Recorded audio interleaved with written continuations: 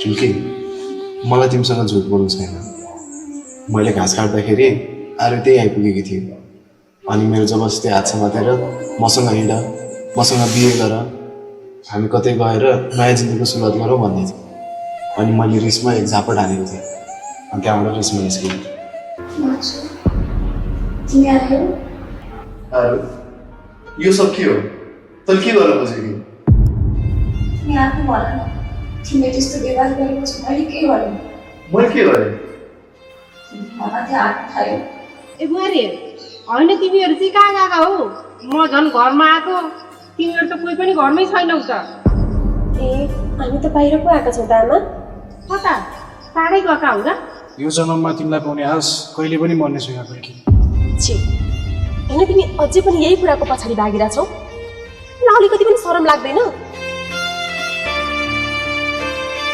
तिमी र त्यो रक्कीमा के नै फरक रह्यो र? त्यो रक्कीले पनि मसँग असल साथीको नाता जोडेर त्यत्रो ठुलो षड्यन्त्र गर्यो। ए राधा, म तँलाई राम्रो मुखले भन्दैछु, मसँग यस्ता कुरा नगर। तैँले मलाई ब्ल्याकमेल गरेर केही घटना घटाउन खोजिस् भने म सिधै प्रहरीकोमा जान्छु। त्यसपछि प्रहरीले के गर्छ तँलाई राम्रोसँग थाहा होला।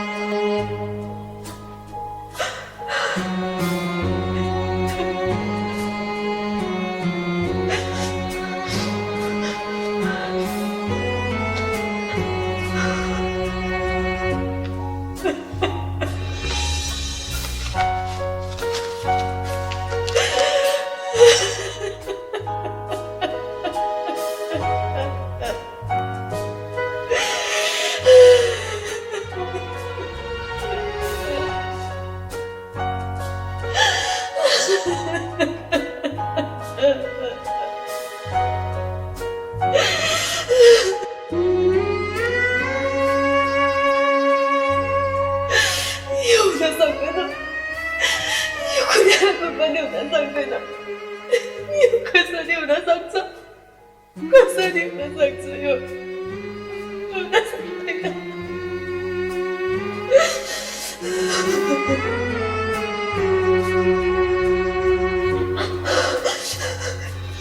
दुःख सह पीडा सह तर हिम्मत नहारा टुल्के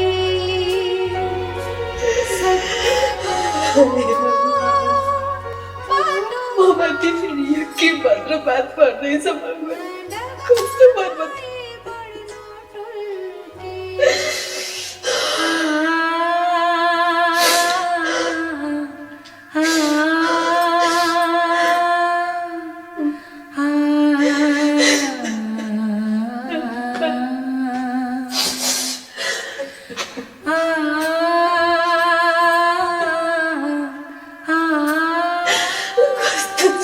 के हो मेरो यो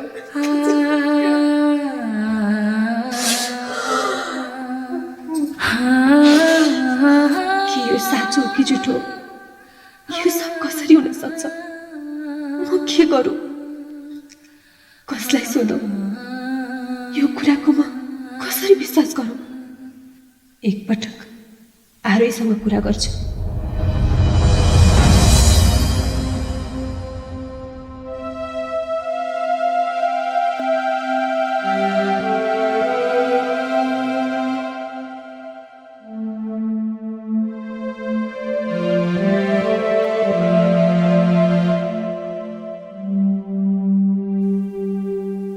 अब यसलाई कसरी सोधौँ खै सोधौँ कि नसोधौँ कि लक्ष्यलाई सोधौँ कि होइन बरु मैले यिनीहरू दुईजनालाई नै राखेर सोध्न पर्छ फेरि के थाहा यो कुरा झुटो पनि त हुनसक्छ हेत्तेरिका म त कस्तो अन्यलमा पो परेँ के गरौँ म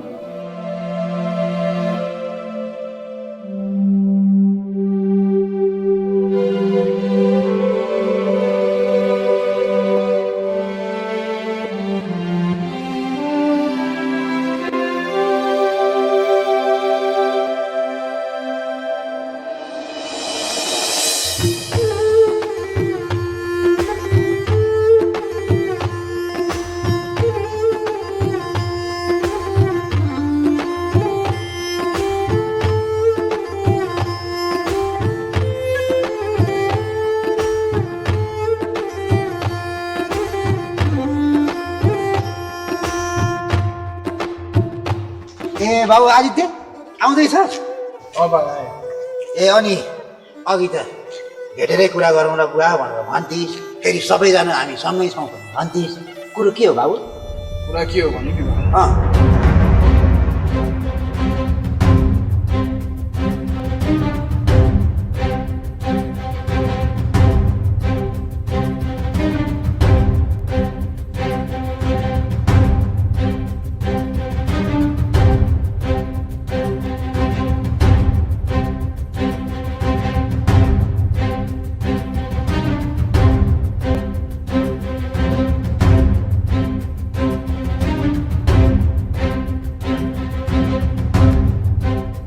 कुरा यही हो बुवा ए होइन त्यो आरुले किन त्यस्तो गरेछ नि त बाबु किन हुनु र बा मान्छे मायामा पागल हुन्छ भन्थे त्यही नै भएको होला